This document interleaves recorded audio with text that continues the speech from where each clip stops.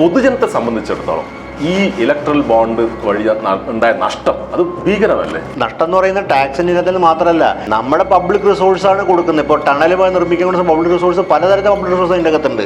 അതാണ് ഒരു കമ്പനിക്ക് അതിൻ്റെ പൈസ അനർഹമായ രീതിയിൽ പറ്റുന്നത്. ഈ ഗെയിമിംഗ് കമ്പനി, ചൂതാട്ടം, സാധാരണക്കാരെ പരിചയമാകുന്ന ചൂതാട്ട കമ്പനിയാണ് ഏറ്റവും കൂടുതൽ ഇതിനകത്ത് ഫണ്ട് കൊടുക്കുന്നത്. അതെ, ഇത് ജനങ്ങൾക്ക് മനസ്സിലാവുന്ന രീതിയിൽ വ്യാഖ്യാനിക്കുകയും പറഞ്ഞു കൊടുക്കുന്ന സംവിധാനം ഇലക്ഷൻ ക്യാമ്പയിനിലെ ഭാഗത്തുണ്ട്. പക്ഷേ എനിക്ക് തോന്നുന്നു നമ്മുടെ കേരളത്തിലെ ഇലക്ഷൻ ക്യാമ്പയിനും പൊതുവെ ഇലക്ഷനും CA പോലെ ഡിബേറ്റാണ് കൂടുതൽ ചർച്ച ചെയ്യപ്പെടുന്നത്. പ്രത്യേകിച്ചും കേരളത്തിന് അതിന് വലിയ സ്കോപ്പ് ഉണ്ട്. കാരണം CPI, CPM അടങ്ങുന്ന ഇടതുപക്ഷ കക്ഷികളാണ് ഇലക്ട്രൽ ബോണ്ട് ഒന്ന് വിട്ടുമാറിയുന്നത്.